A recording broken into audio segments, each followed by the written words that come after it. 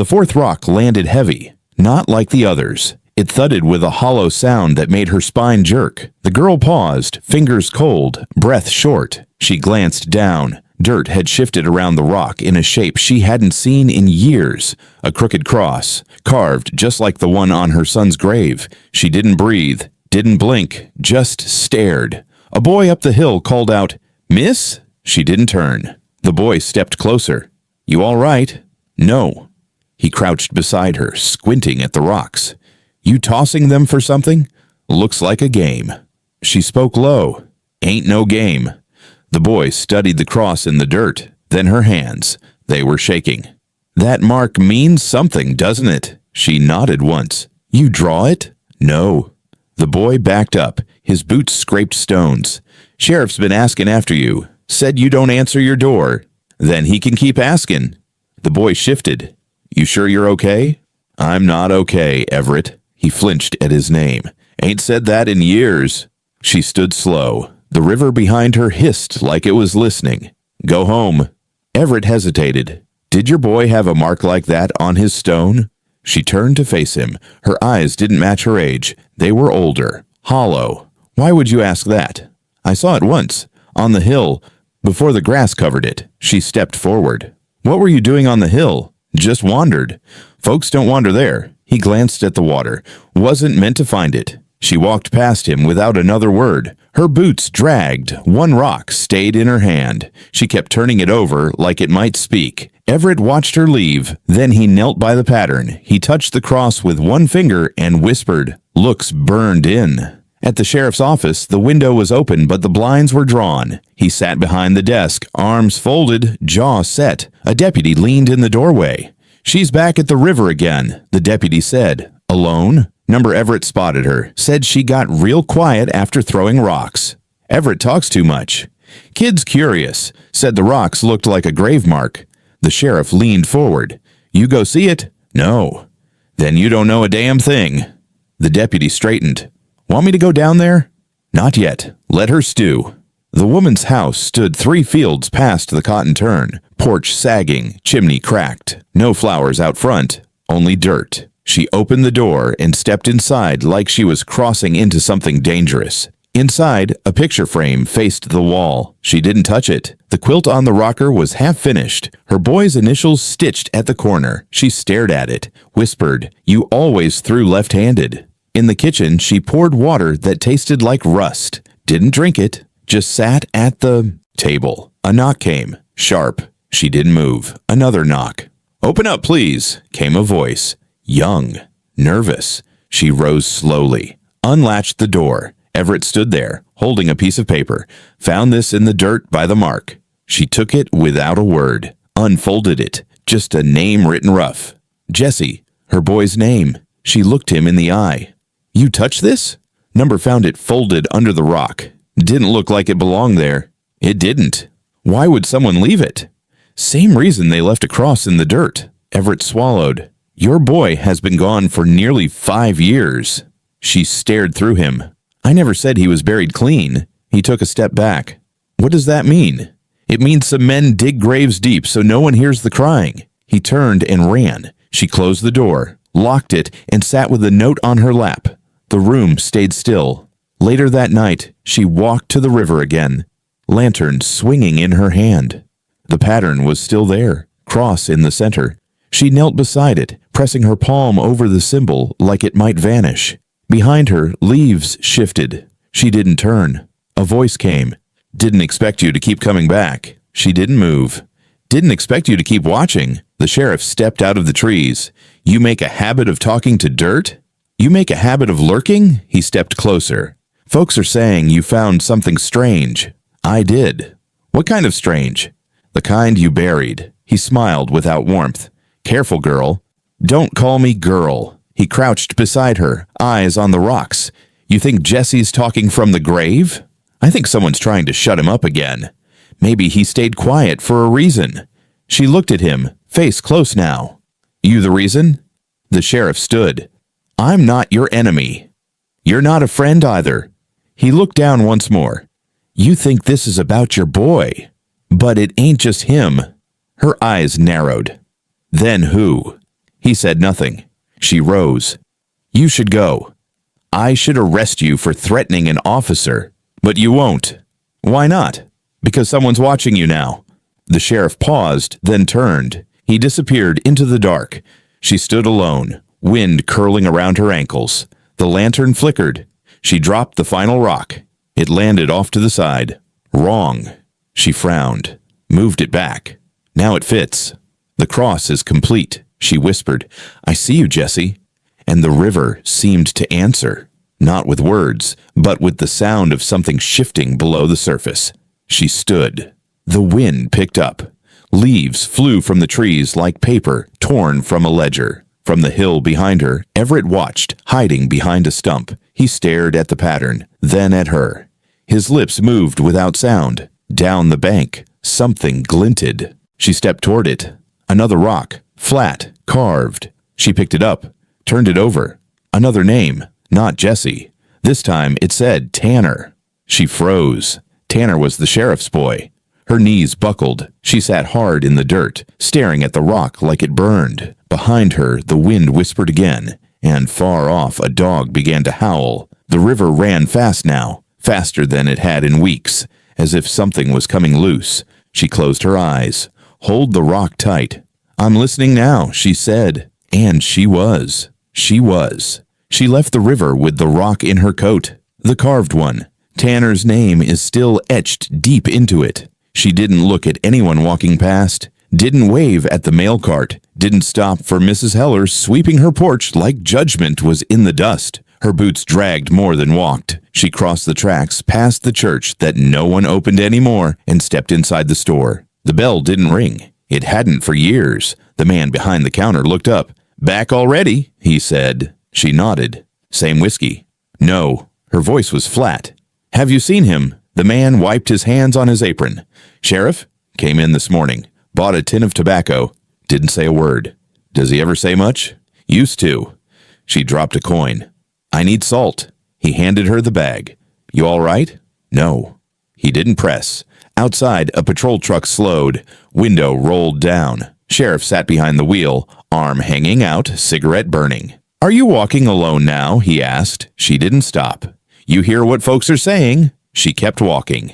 "You finding things you shouldn't." She turned, walked straight to his door, leaned in. "You ever think maybe they're finding me?" He stared at her. She added, "You come near my boy's grave again. I won't be quiet this time." "You weren't quiet last time either. Didn't change much." She slapped the door frame. "Number, but I'm not scared anymore." He puffed his cigarette. "You should be." She stepped back. "You blinked just now." "What?" "You blinked when I said Tanner's name last night." He didn't answer. She walked away. He let her get 3 paces before saying, "You think those rocks are a message? I think they're not from me." "Then who?" His tone sharpened. "Whoever's still buried wrong."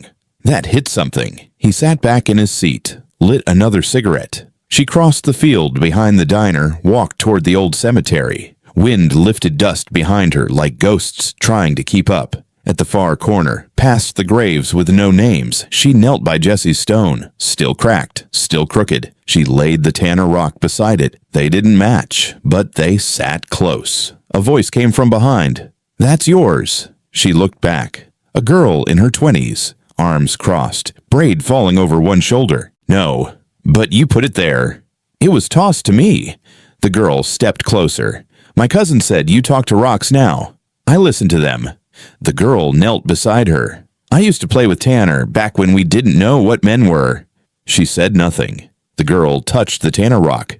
"That doesn't belong in the ground." "Number, it belongs in someone's hands." The girl stood. "Heard the sheriff buried that boy quietly." "I heard that too." The girl nodded. "I'll bring you something tomorrow. You'll know why when you see it." The woman stood slowly. "What's your name?" "Doesn't matter yet." She didn't stop her, just watched her walk toward the tree line like she knew where not to be seen. Later, the sun dropped behind the barn roofs. Her door creaked open. The sheriff stood on her porch. He didn't knock. "You got a minute?" he asked. No. He stepped inside anyway. She didn't move. "You gonna threaten me in my own kitchen now?" "I ain't threatening you." "Then what's this?" He looked at the quilt still draped over the chair. Jesse's initials faded.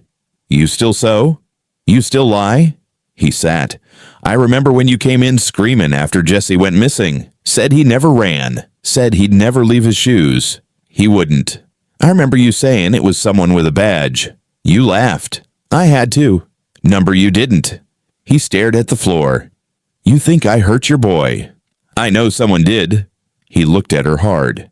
And now Tanner's name shows up on a rock like it's confession? She didn't blink. He leaned forward. I buried my boy. Right. Proper. She stepped closer. Then why is his name showing up in river dirt? I don't know. You think I carved it? I don't think about anything anymore. You used to. He looked tired now. I don't want this stirring up again. It never settled. He stood. You want me to dig up every grave just to prove a point? Number, I want you to dig up the one you're scared of. He paused at the door. If I open that hill, things won't go back. They already didn't. He left. The next morning, the girl returned. She held a book, tattered, bound in cloth. She handed it over. What is it? The woman asked. Ledger. Who wrote in it? Me and my sister. What's in it? Names, dates, nights we were told to forget. She took it, flipped through. One entry stopped her. Jesse's initials, scribbled beside Tanner's. She whispered, they were there the same night. The girl nodded. Did you see them? Number, but I heard the lock click, heard Tanner crying. The woman's hands shook. The girl said, I was told to stay in the barn, told to cover my ears. The woman closed the book. Are you ready to say this to the sheriff? No. Why? Because I'm not ready to disappear. She nodded slowly. Then I'll say it. That night, she went to the sheriff's house, waited on the porch. He opened the door like he'd been expecting her.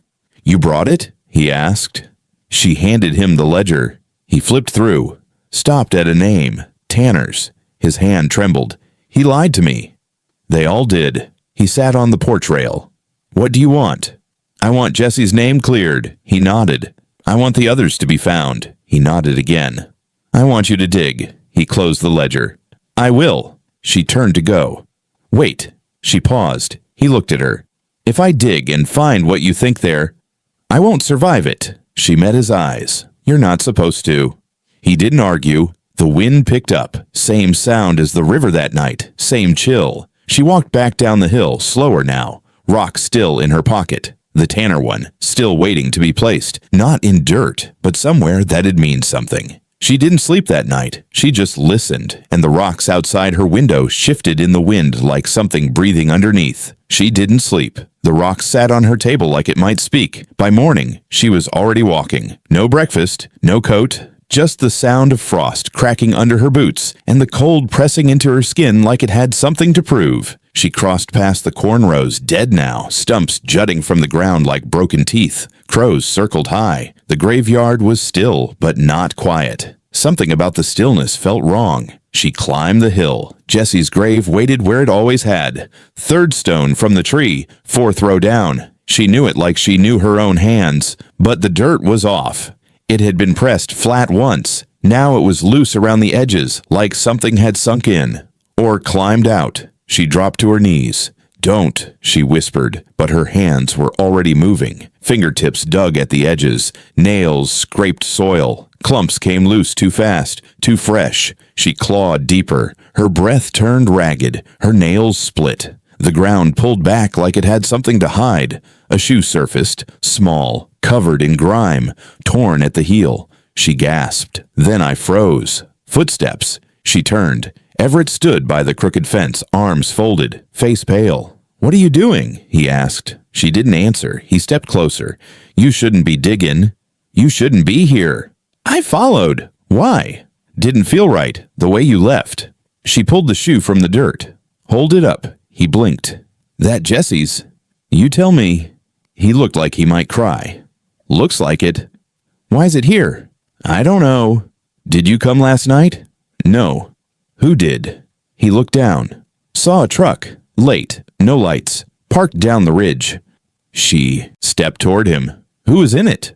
Couldn't tell. You're lying. I'm not. Then say it.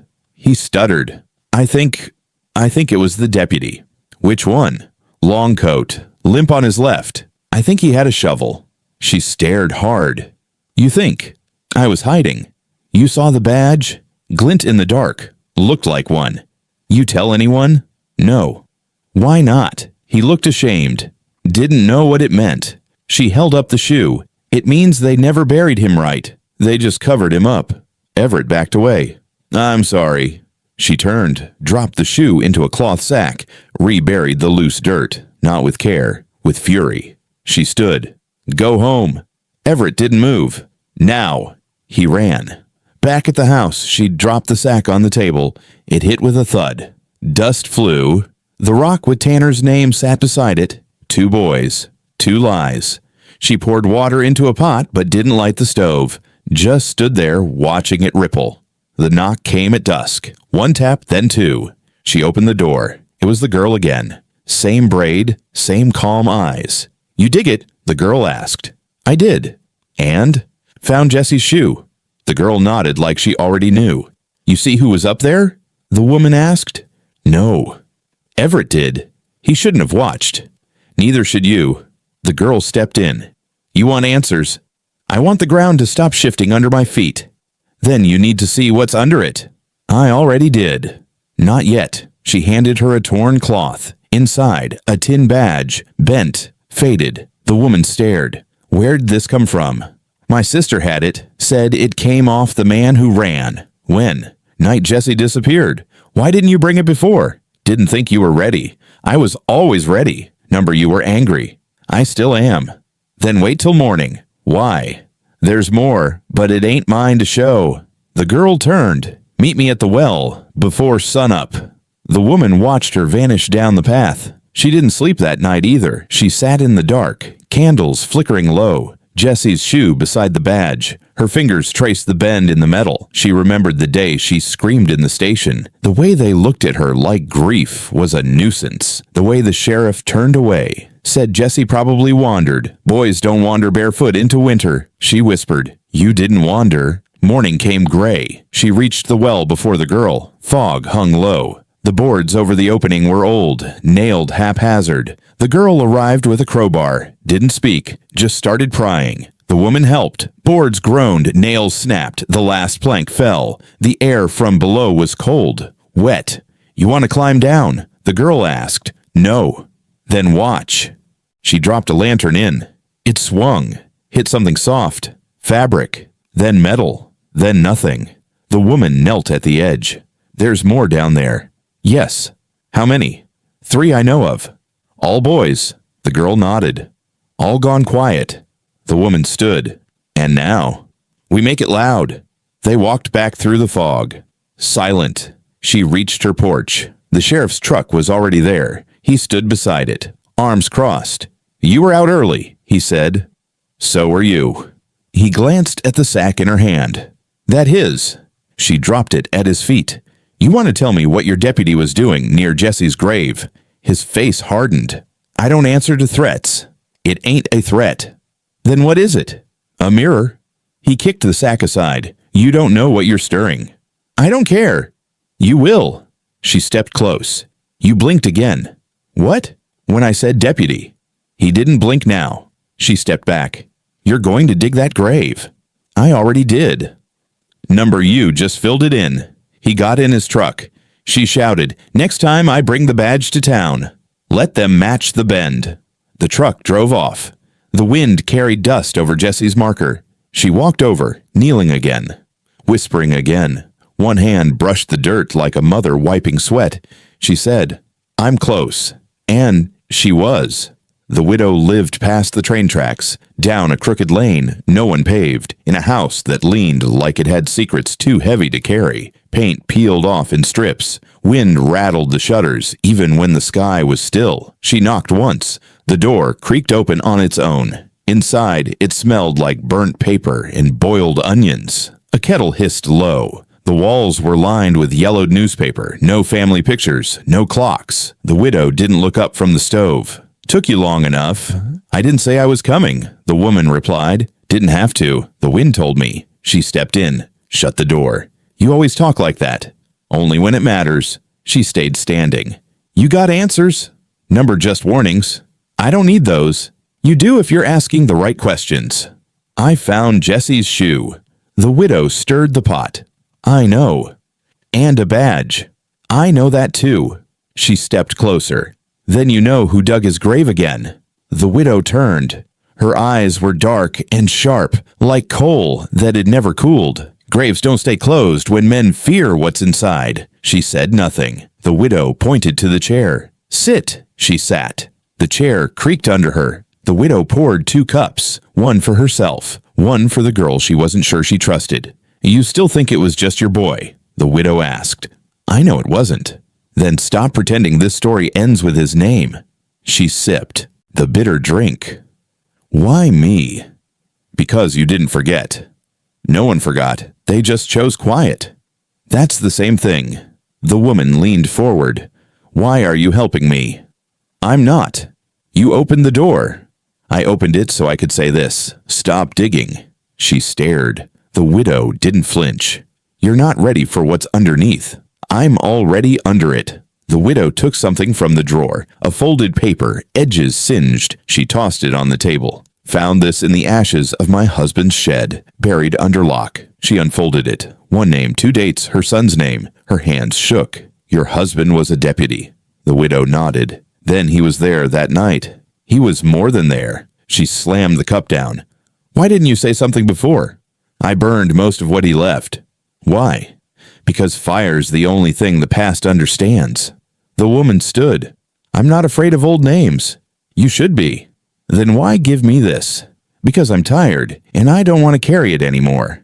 She pocketed the paper. The widow said, You think the sheriff's the root. He's not. Then who? Start with the well. I've been. Then dig again. The woman turned to leave. You stir too deep. The town will spit you out, the widow warned. She didn't turn back. Then let it choke on me. She walked out fast. The cold air hit hard. Her boots thudded against the dirt like they were carrying more than her weight. Back home, she laid the paper next to the badge. Pieces were forming, shapes too old to name. She grabbed her coat, left again. Everett was waiting by the fence. You go see her? She's not what I thought. Most folks aren't. I need your help. With what? Digging. He blinked. Where? Same place as before. It's not safe. It never was. They walked up the hill. No words between them, just breathe in the cold and boots breaking frost. The grave looked untouched, but she knew better. They dug slower this time, smarter, not frantic, controlled. 2 feet down, the shovel hit metal. They cleared it. A rusted box. Locked. Everett asked, Open it? She nodded. He pried the lid. Inside, scraps, clothes, a photo, a list. She picked up the photo. 5 boys, 1 girl, a badge in the corner. That's your boy? Everett asked. She pointed. That's the girl. He leaned in. That's the sheriff's old barn behind them. She read the list. Names, Jesse, Tanner, others she didn't know. All dated the same week, 5 years back. She folded it, stood. We take this to the girl. The braid one. She's more than that. They found her by the well again, sitting, waiting. She didn't look surprised. You found the box. You knew. I buried it. No, why? Because I thought someone else would find it first. She handed her the list. These names matter? They're all gone. Dead? Disappeared. The woman sat beside her. Why Jesse? They trusted him. He was loud. And Tanner? He followed Jesse. The woman stared at the well. Your sister. She was in that photo. She's gone too. Buried. Number just gone. Everett whispered, This town's rotten. The girl looked at him. It always was. The woman said, We need to show the sheriff. The girl shook her head. He already knows. Then who do we give it to? No one. That's not justice. That's survival. The wind kicked up. Leaves swirled at their feet. The girl stood. You want justice? Burn the barn. What? That's where it started. The woman stood. And where it ends. They walked back down in silence. Not together, but not alone. The paper in her pocket felt heavier than any stone she'd ever thrown, and the widow's words echoed loud in her ears. Graves don't stay closed when men fear what's inside. The rain started hard before sunrise. Fast, sideways, biting. She didn't wait for it to pass. She walked through it like it was nothing. Coat thin, boots heavy with mud by the time she hit the riverbank. Water had risen, not enough to flood, just enough to carry things out of hiding. The stones she'd thrown days before were scattered now. Some swallowed, some flipped over. The one with Jesse's name was gone. She scanned the mud, eyes sharp, breath fogging. Then she saw it. Not a rock. Metal. Half buried, face down, edge bent. She knelt and wiped it clean with her thumb. A badge. Sheriff's issue, but old. Scratched like it had been stepped on, or buried, or both. She stared at it for a long time. Didn't breathe. Didn't move. Her fingers closed around it. A branch cracked behind her. She stood slow. A horse skidded down the embankment. Deputy Ellis. He dismounted fast. Too fast. "You find something?" he asked. She didn't answer. His boots sloshed through the mud. That storm hit harder than they thought, rivers spilling all kinds of things. She kept the badge in her palm. Didn't show it. "You been out here long?" he asked. "Long enough." He squinted at the ground. "Looks like fresh digging. Looks like rain." He glanced at her hand. "You picked something up." She closed her fist. He stepped closer. "Ma'am, if there's something dangerous." "You mean like the truth?" He paused. She opened her hand, held the badge out. Let him see it. Just'd see it. His face changed. Subtle. Tight. "That yours?" she asked. He didn't speak. "Looks like it's seen the same hell my boy did." Still no answer. She stepped closer. "You dropped this when you came sneaking near the grave." He looked away. "I don't know where that came from." "I do." He reached for it. She pulled back. "Touch me." And I scream. He lowered his hand. "You don't know what you're holding." "I know exactly." "It's not what you think." "No." "Then why's your face shaking?" He didn't answer. She slipped the badge into her coat. "I bury it again, or I show it around. That's your choice. You think you're in control? I know I'm not scared of you." "You should be." "Not anymore." He stepped back. "Sheriff will want a word." "Tell him to bring a shovel." He mounted fast, galloped off without another word. She waited till the hoofbeats vanished. Then she dropped to her knees, dug deeper where the badge had been, found more metal, rusted bolts, a piece of a name tag, the last letter, S. She wrapped it all in cloth, pressed it tight into her satchel. Back home, she dried the badge on the stove, flame low. It hissed like it remembered too much. The door creaked open. It was Everett. He stepped inside slow. "I saw the deputy leave. Fast. Like he'd been caught." She showed him the badge. He sat hard. "That his?" "Maybe." "Where did you find it?" "Where Jesse used to throw rocks." Everett frowned. "You think they tossed it like trash?" "Number, I think it surfaced because it wasn't done being seen." He leaned in. "You gonna take it to the girl?" "No." "Why not?" "She's scared."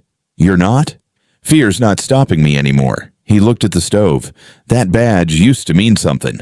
It still does. Just not what they wanted." She picked it up with tongs, dropped it into a tin, and shut the lid. "Now what?" he asked.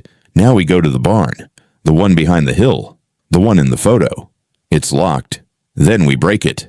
That night, they walked silent. She carried the tin. He carried the crowbar. The barn looked smaller now, roof sagging, one window boarded, but the wind around it felt thick. She broke the lock, pushed the door slow. Inside, dust rose, smell of old hay and mold. They stepped in. Her boot hit something. She looked down, scratched into the wood. JS+T, Jesse, Tanner. She knelt, ran her fingers over it. Everett whispered, "This is where they brought them."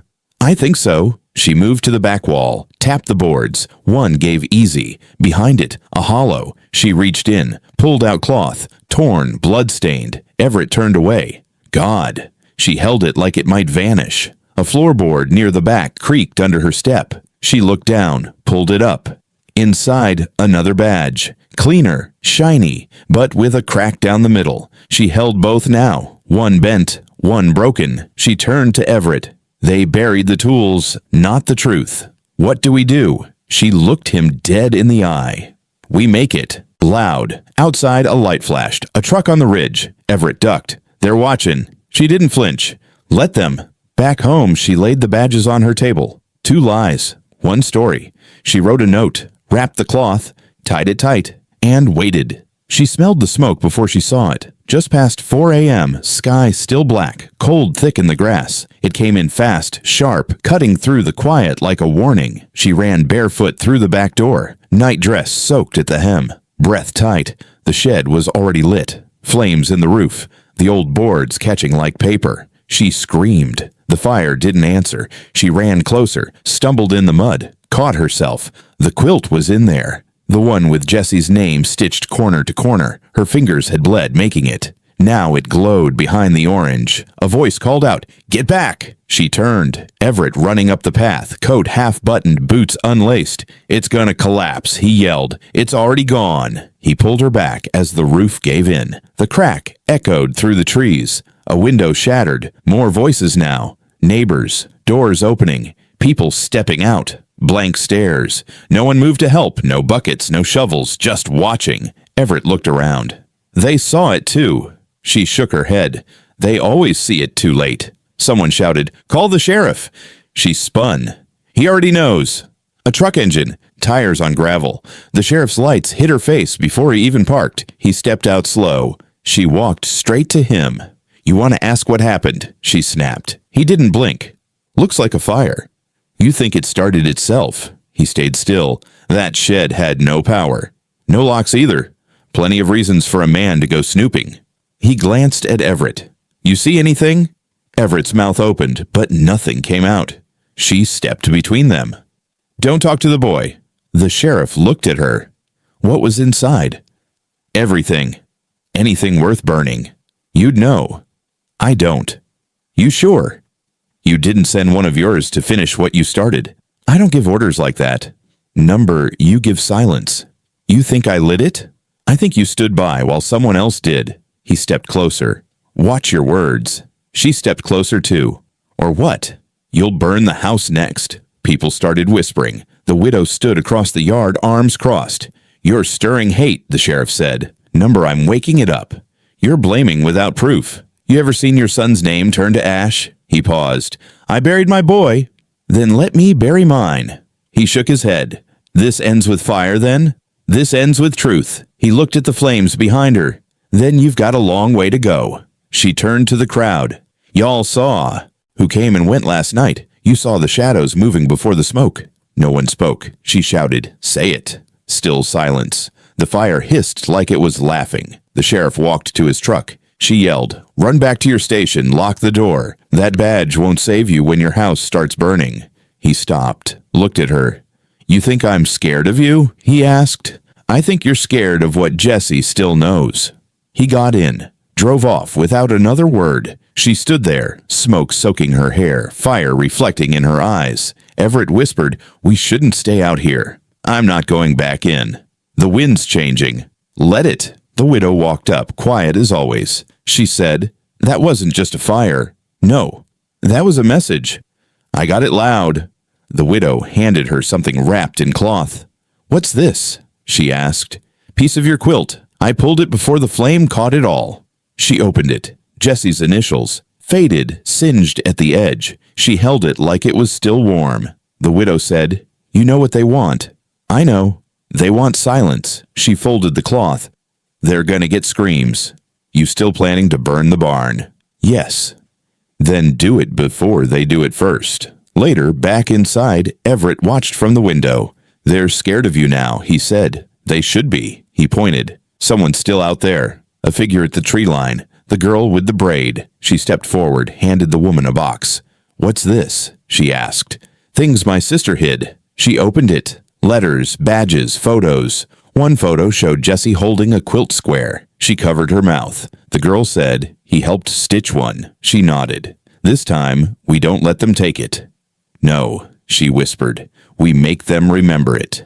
That night, the sky stayed black. Smoke still curled over the bank. The ground soaked with ash, and in the dark she sat at the table, sewing the burned piece into a new square, not to hide it, to show them what wouldn't burn. She moved through the woods barefoot, mud cold between her toes, lantern low, breath sharp. Every branch snapped like it wanted her caught. She didn't stop, didn't turn. The river called her steady and slow, like it knew her name. She reached the bank just past midnight, sky dark, wind low, water thick. She stepped in. Didn't flinch, didn't shiver. "Jessie," she whispered. "You hear?" The current slid past her calves, then thighs. It tugged gentle, then harder, like it knew what she was after. "Come on, baby," she said. "Talk to me." No answer, just whined in the reeds and the groan of old trees. Then something bumped her leg. Wood. Square. Heavy. She froze, bent down. Her hands found a crate, splintered, waterlogged. She dragged it closer, fingers slipping, lifted the lid. Inside, shoes, small, caked in mud, 3 pairs, all different, none hers. She stared, mouth open, couldn't breathe. Then she heard them, voices, shouting through the trees, flashlights moving like eyes, deputies. She pulled the crate to her chest, sank lower in the water. "Spread out," one voice said. "Check the river." Boots hit the dirt. Lights swung wide. She ducked beneath the overhang. Branches cut her arms. Didn't matter. The crate floated beside her. She held it like a baby. One voice got close. "You see footprints?" "Number, but something's here. I heard it." "She's not stupid enough to come out this way." "You sure?" "No." She stayed still. The water pressed against her ribs. The crate bobbed beside her like it wanted to be seen. "Light over here," someone yelled. Another voice called. "Too deep. Won't see nothing in this dark." "She's digging up ghosts. That's what this is." "Ghosts don't burn sheds." "Number, but liars do." She heard footsteps fade, lights dimmed, voices drifted back up the trail. She didn't move. She waited another 10 minutes, then slowly waded back to shore, crate in hand. She dragged it through the trees, breath ragged, knees weak. At home, she laid towels out, set the crate down, opened it again. 3 shoes each, all left-footed. She stared. One pair was Jessie's, she knew it. The scuff on the toe, the stitching she fixed. The other 2, wrong size, wrong cut. But they were made for children. She touched each one. Her fingers trembled. Then she saw the note. Wet, folded, crammed beneath the last shoe. She opened it slow. Ink bled, but the names were clear. Jessie, Tanner, Myra. She whispered, "Who's Myra?" The door creaked. Everett stood there. "I followed you," he said. "You always do." "I heard them. Deputies." They were late. "What's in the crate?" "Truth." He stepped closer, looked inside. His face changed. "You recognize any?" "One." "Which?" He pointed. "Myra." She turned. "You sure?" He nodded. "She went missing 3 years ago. Folks said her ma took her. I never believed it. She's in here." He whispered, "They'll come back." "I want them to." "We should hide it." "No." "They'll take it." "Let them try." Everett looked at the note. 3 names. 3 bodies. He whispered, "You think they're still out there?" "Number, I think they're beneath us." "You gonna show the sheriff?" "No." "Why not?" "Because he already knows." She wrapped each shoe in cloth, laid them on the table like offerings. "You think Myra's ma ever got to bury her?" Everett asked. "No." "You gonna tell her?" "Yes." "You scared?" "Yes." He didn't say anything after that. She stayed up sewing. 1 patch for Jessie, 1 for Tanner, 1 for Myra. She didn't cry, didn't shake, just stitched. Like the thread could hold something together, the ground never could. In the morning, she hung the patches out on the line. No wind, just sun, and shoes drying on the porch, waiting for someone to ask the right question. The widow didn't knock. She stood in the doorway, coat soaked, hair pinned back like it hadn't been touched in days. "It's time," she said. The woman didn't ask where. She just grabbed her coat, wrapped Jessie's shoe in cloth, and followed. They crossed 2 fields in silence, through brittle grass and dead crows. A wind moved ahead of them like it knew what they were about to find. The well sat behind the old grain shed, boarded, sealed in stone and silence. Ivy clung to the sides like stitches holding shut a wound. "How long's it been closed?" the woman asked. "Since my husband swore me to it." "You kept it." "Because I was scared." "Are you still?" The widow looked at her. "Less than you are." She stepped forward, pulled the first board free. Nails snapped, dust spilled. Then the second, then the third. The woman stepped in, helped. Their hands bled. Didn't matter. One final stone remained. The center. Together, they shoved. The stone dropped with a heavy thud. Air rushed up from the hole, thick, sour, full of things no one buried right. She gagged. The widow stepped back. "Don't look away." The woman leaned over the rim, held her lantern. Light caught bones first. Small, still, then boots, then dolls, a rusted buckle, and glinting near the bottom, badges. "Too many," she whispered. "How many are down there?" The widow said, "Enough to shame a town." Footsteps behind them. "Everett." He ran up fast. "You opened it." "We did." He looked inside. "God." The woman said, "This is what silence costs." A shout from the trees. "Step away from the well." Deputy Ellis emerged. 2 others behind him, guns drawn, voices tight. She didn't move. "I said step back." She turned. "You gonna shoot me for looking? You're trespassing." "This is her land," she said, pointing at the widow. The widow nodded. "It always was." Ellis looked at the bones. His face changed. "You knew," she said. "Didn't you?" He didn't answer. "You put them here." "No." "You helped," he shouted. "Step back from the edge." She stepped forward. "Shoot me if you have to," she said. "But I'm not leaving." The other deputies hesitated. "You open that well," she said louder, "or I start dragging them out one by one." The wind picked up. The stench thickened. "You want the town to see what you did?" she said. Ellis looked at the others, lowered his gun. "What do you want?" "Names." "You don't want that." "I want every boy, every girl, every badge." Everett stepped beside her. "She's not alone." The widow joined them. "None of us are." Ellis whispered, "This'll ruin everything." "Then let it," the woman said. He dropped his weapon, took out his radio. "Get the sheriff." She stared into the well. Her son wasn't down there, but everything that took him was. And now it was coming up. By the time the sun started bleeding through the tree line, the hill was already crowded. Word had spread overnight. Voices in kitchens, whispers on porches, hands shaking doors before first light. No flyers, no calls, just old guilt doing what paper never could. She stood near Jessie's marker, coat damp, throat raw. Her hands were empty, but her pockets were full. Badge, cloth. A list of names no one wanted read aloud. The crowd parted when the sheriff arrived. No siren, no lights, just his old truck groaning up the slope like it didn't want to be there either. He got out slow. Didn't speak. She did. "You gonna open them, or do I have to?" His jaw clenched. "You got no right." "I got a boy in the ground." He looked around at the faces. Farm hands, widows, store clerks, the preacher, children grown into silence. She stepped forward. "You've been digging holes since before I had Jessie. Every time someone asked too loud, you handed 'em dirt. You don't know what you're saying." She pointed behind her. "You see that line of graves? They don't match. Not in size, not in spacing. You think that's accident." He said nothing. "They never had markers, just quick stones and quicker stories. You said Jessie wandered. Tanner ran. Myra got taken by her mama." He looked away. Everett stepped up. "I saw Deputy Ellis near Jessie's grave." The preacher spoke next. "I heard cries from the barn, more than once. A woman from the store said, 'I stitched Jessie's quilt.'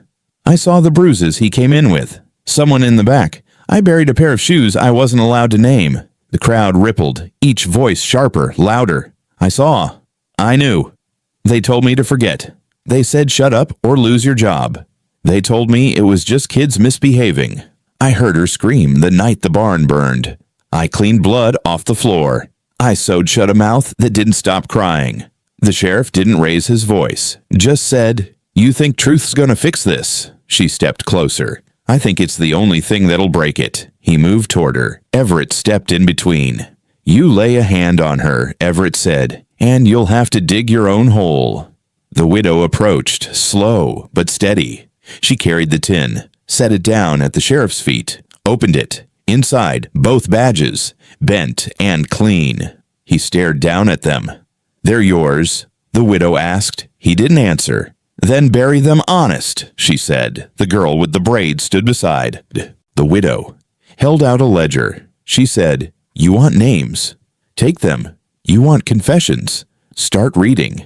Someone handed the woman a shovel. She didn't hesitate. First grave, third row. No marker. She stabbed the earth. It gave too easy. The dirt was shallow. Another woman brought a second shovel, then a man joined, then Everett, then the preacher. The sheriff didn't move, just watched. The first box surfaced an hour later, small, wood warped. Inside, bones. A cloth doll, a badge tucked under the ribcage. The preacher looked away. The woman didn't.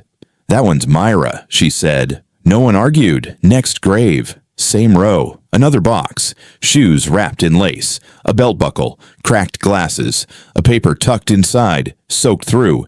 Still legible. J.S. She dropped to her knees. Reached in. Held the scrap like scripture. Whispered, "Hi, baby." Someone in the crowd wept. The sheriff turned away. Walked down the hill. No one stopped him. She looked up.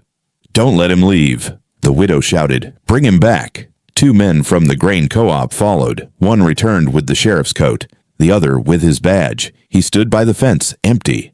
They brought him back slow. He didn't fight. The crowd made a circle. The girl held the ledger high. "These are their names." The woman raised the badge. "This is what tried to erase them." The widow lifted the tin. "This is where we keep what's left." The crowd watched as the graves filled again, this time with names. This time with truth. No flowers. Just stones, marked by hand. One by one, townsfolk stepped forward, scratched initials, carved dates, whispered apologies. No one asked forgiveness, only truth. She stood last, etched Jesse's name deep, ran her thumb over it, then placed his shoe at the base, left the badge in the mud. Didn't speak again that day. Didn't need to. The hill had spoken for all of them.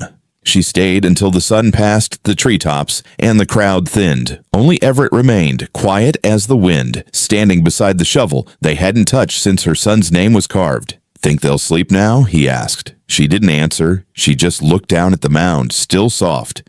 "You gonna leave it here?" She nodded. He glanced at the badge and the mud. "They'll try to take that." "They can try." Town's changed. "Number it's just out of hiding." They walked downhill together. Slow. Halfway down, a little girl sat on a stump, braid over one shoulder. She held a bundle of cloth in her lap. When she saw the woman, she stood. "This yours?" the girl asked. "What is it?" She handed it over. "Found it at the river yesterday, buried under leaves." The woman unwrapped it. A 4th shoe, same stitching, smaller than Jesse's. She clutched it, breath caught in her throat.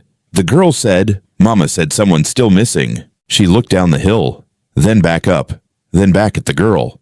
"What's your name?" she asked. The girl hesitated. "Clara." The widow stepped behind her, placed a hand on her shoulder. "She's mine," the widow said. "You didn't say you had another." "She was born after the digging stopped." "Why now?" "Because it started again." They all stood quiet. The wind carried smoke from some far place. The woman handed the cloth back to Clara. "Keep it safe," she said. "He'd want it that way." "Who?" Clara asked. "Your brother." Clara blinked, then nodded, held the shoe close, and walked away. Everett whispered, "You believe that?" She looked toward the barn, toward the river, toward the well that wouldn't stay closed. "I don't need to," she said.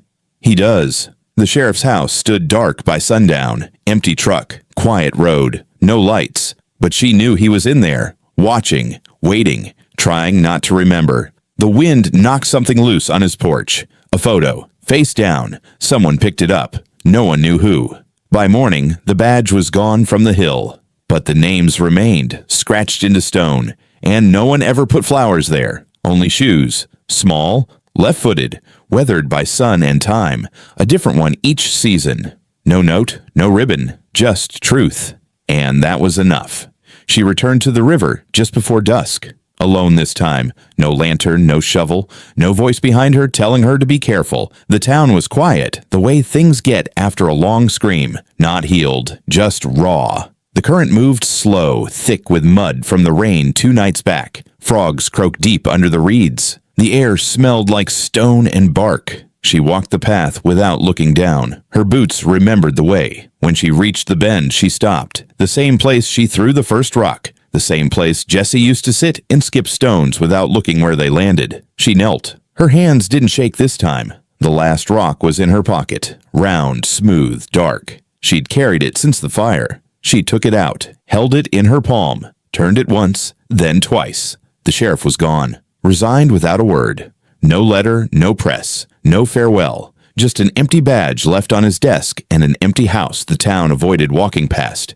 Deputy Ellis disappeared the same night. Some said he ran south. Others said the well had one more secret still floating in the dark. No one went back to check. The graves on the hill had been marked. Shoes left in front, flowers from children who never met the names carved there. The preacher said it wasn't justice, but it was something. She gripped the rock tighter. From behind the tree line, Everett stepped out. He didn't say anything at first, just stood, watching. "You walk quiet now," she said. "You don't scare easy no more. You here to stop me?" "No." "Then what?" "Thought you might want someone to see it fall." She looked at the river. "This rock's been waiting." "I know." "You believe it matters?" "I believe you do." She nodded once, then tossed it. The rock arched clean, hit the riverbank square, right where the dirt was still soft. It landed on the marker she built herself, a flat board carved by hand. JS, the same letters they tried to bury. The rock didn't bounce, didn't roll. It stayed. Still. She whispered, "It ends here." Everett stepped beside her. "You done now?" "No." "But you said." "I said it ends. I didn't say it stops." He waited. She stood. "There's others still quiet, others still afraid." "You want to chase all of them?" "I want them to know I'm not going anywhere." He looked at the river. "Town's different now. It's raw. Raw's better than rotting."